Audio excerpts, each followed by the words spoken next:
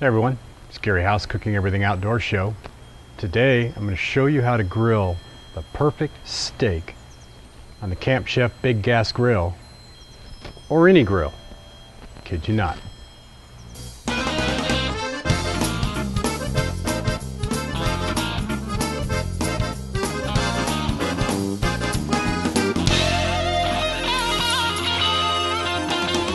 Gary House, the Outdoor Cook, Cooking Everything Outdoors show. I hope you try this at home. I know, I said it. I'm going to show you how to grill a perfect steak, and that's exactly what I'm going to do. And they're probably loading the guns right now across the world, pointing them right at me and saying, bring it on. But there's a few tips I'm going to share with you that's going to allow you to really cook a perfect steak on the grill. So let's get started with our steaks. In all reality, the perfect steak on the grill requires a really good steak. You just can't go and get a cheap cut of meat and throw it on the grill and expect it to turn out nice. I mean, we're talking steak quality that you will go to a very fancy restaurant. You have to get these steaks in the meat counter. Go to your butcher or your supermarket if that's what you have, but go to the meat counter and then ask them for some thick cuts. What I picked up here are a couple New Yorks. Not cheap, but they are absolutely amazing steaks. These are all 2 inches thick, 1.5 inches, 2 inches thick, and beautifully marbled, but they're wet. They're really, really moist, and moisture is your enemy on the grill. So what we need to do first, and this is the first tip and the first trick, is that we need to get the moisture off of these steaks. Let's do that now. What we need to do is pat them down, get them dry, get all the excess moisture off of these steaks. The reason for that is that the moisture prevents the steaks from searing, from developing a crust, because when you put them on the grill wet, they will essentially steam, and that doesn't create a crust or grill marks at all. So that's what we're going to do right now. Get some paper towels and do whatever you can, just blot them to get as much of the moisture off of these. That's step one.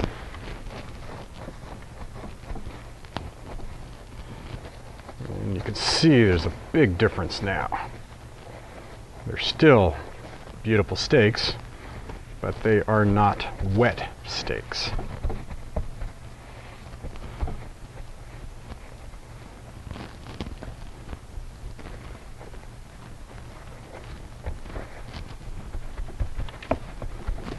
Okay, pretty dry, but we're going to need them a little drier. In order to cook these correctly, we need to apply some salt. That's number one. And in this, what I have in my little secret weapon here is 2 tablespoons of kosher salt and 1 tablespoon of cornstarch. Cornstarch is an excellent drying agent, and that's going to help keep these steaks nice and dry. So what I recommend you do is take a tray with a grate. We want to elevate the steaks because we need the air to circulate around these, and I'll show you why as soon as we get these coated. Now, don't be afraid of the amount of salt that we're going to put on this, because that salt's going to have to penetrate into the meat, and it'll make it so much better. So let's get these coated, and I really want you to get a good coating on these steaks. No fear here.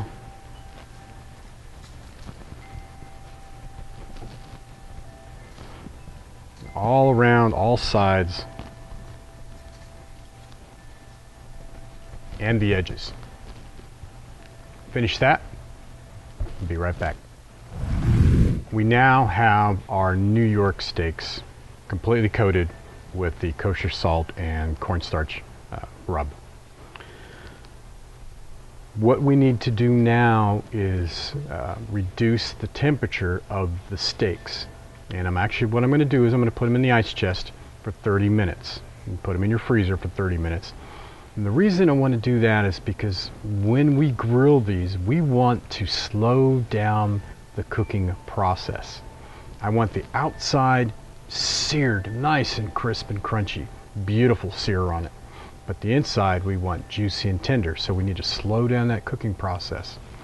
Typically you would take a steak and you bring it up to room temperature, you marinated it or put a rub on it, you're going to throw it right on the grill, you're going to cook it pretty quick. But these are so thick, we really need to do the opposite of this and slow it down, just like you would with a prime filet mignon.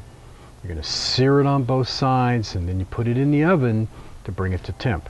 It's exactly what we're doing here.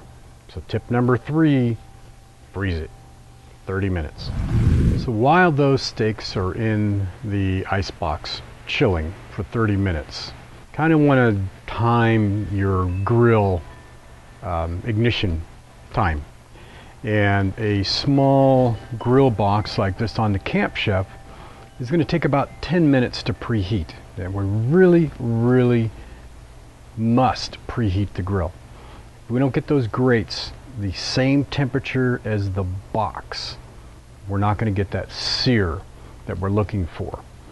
A lot of people, when they fire up their grill, they preheat it for just a couple minutes thinking those grill bars, those grates, are really hot enough to start doing some searing, and that's not the case. So on a bigger size barbecue, it might take you 15 minutes minimum, absolute minimum, to preheat the grill for proper cooking of steaks or grilling of steaks. So on this one I'm going to fire it up and we're going to preheat it for 10 minutes. So I've pulled the steaks out of the ice box. They've been in there for 30 minutes. They've dried up and preheated the grill, going on 10 minutes now, and it's really hot. So what I want to do is I want to give it a real quick final clean with my grill brush.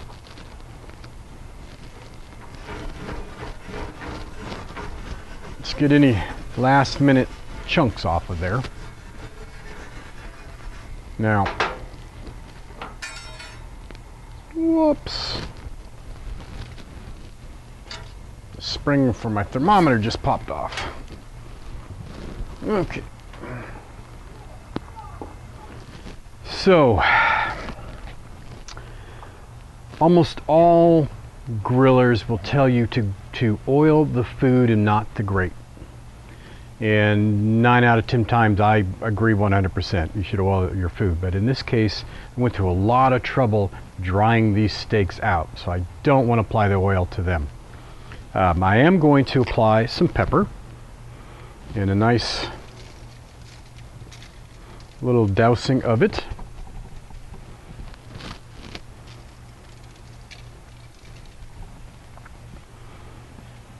Now the steaks, are, because they're cold, they've actually firmed up a bit. Yeah.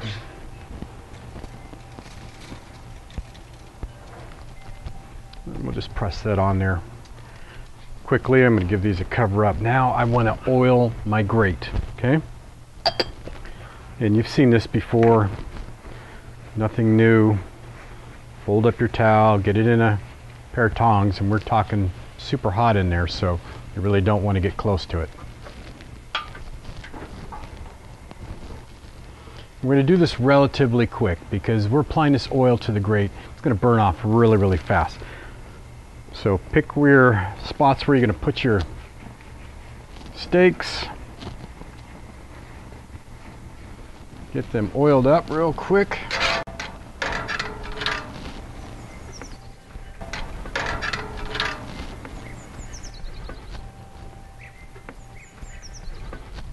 Let's get our steaks on there now. Wind's picking up, it's keeping those flies away. It's a beautiful thing. Okay, we're gonna grill these for 2 to 3 minutes on this first side. Got these down on medium. It's really hot in there. The lid's down. Be back in 2 minutes. It's been 2 minutes. Let's flip them. Look at that. Yeah, it's releasing perfectly. So big I can't get a grip around it. There we go. That's what we're looking for. Now, the grate on the Camp Chef Big Gas Grill, it's a little wider, so you're going to get different grill marks on there, but that is just beautiful. So, we're going to cook it for another 2 or 3 minutes, lid open, okay? I've already started that cooking process, and I don't want to go and do a lot of internal cooking yet. So, got my timer going. Don't be afraid to use a timer. Keep an eye on things. 2 minutes. 2 minutes. I'll flip them again. Lid stays up. I'm going to go in at another 45.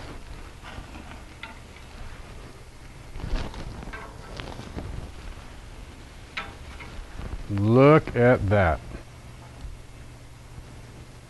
Something to be proud of. 2 minutes. Let's give them another flip. 45.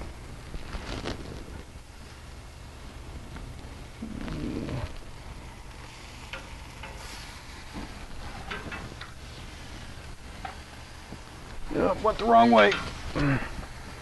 Got myself a little crooked. You can see the beautiful crust we're building up there. It's just what we're looking for. Cut that steak and you get a bite of that crust, that bark. Okay, I'm going to turn it down. Close it up. We want to cook it to about medium rare, medium, around that range for my personal preferences. So that means I'm going to get these up to about 120 degrees, roughly around there. When we pull them off, they're going to rise up a few more degrees, and about 125 is going to give me, I think, medium rare, somewhere around there. Might go a little bit higher, but that's what we're shooting for. We'll be back in a couple minutes. We've been at this for about another 4 minutes, maybe 5. We need to check the temperature. What you need is an instant read thermometer, or you could have a probe attached to a remote thermometer on this. Would be just fine. I like the instant reads because they're pretty quick. So how we're going to take the temperature, let me show you. So I have roughly 2 thicknesses, 2 cuts here, just a little bit different. So I'm going to get our probe and I'm going to go in on the end, and I'm going to find the thickest part, and that's ready to pull off.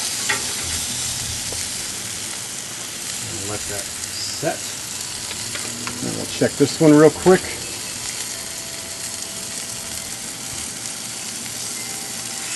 And that's ready to pull off. It's taken roughly an hour and 15 minutes to really do all of this, to get our steaks ready, to freeze them, to grill them, let them set.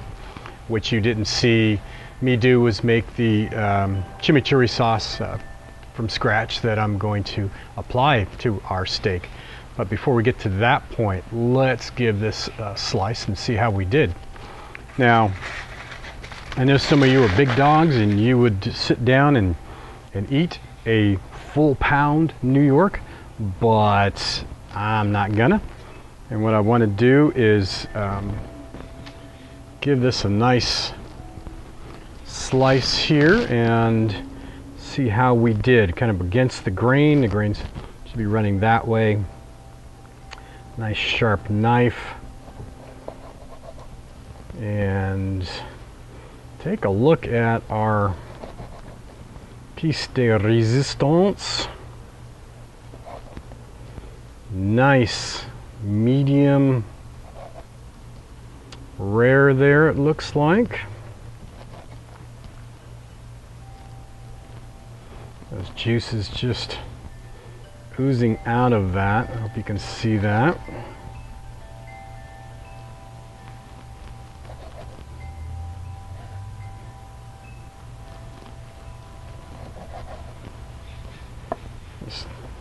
Take a look at that right there. That's what we're talking about. Okay. Let's take it. Plate a little bit of this up here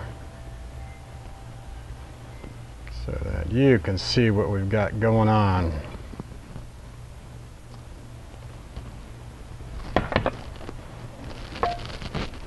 Right there. Oh, excuse me. That is so good. Can't resist. Nice salty. And get some of this chimichurri on there. A lot of garlic, cilantro.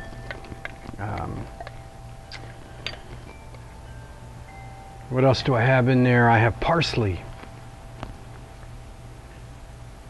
And we are just going to drizzle a little bit over that to accent our dish. Hoorah! There you go. How to grill a perfect steak on the Char-Broil Big Gas Grill or any grill. Some new tips there. Give them a try. Let me know how they went for you. As always, give me a visit on iTunes. Give me a review there. It really helps keep me up in the ranks. Visit my sponsors, OutdoorCooking.com, Camp Chef, and Island Grillstone. Without you guys, I could not do any of this. Thank you so much, and we'll see you next time. It's Gary House, cooking everything outdoors.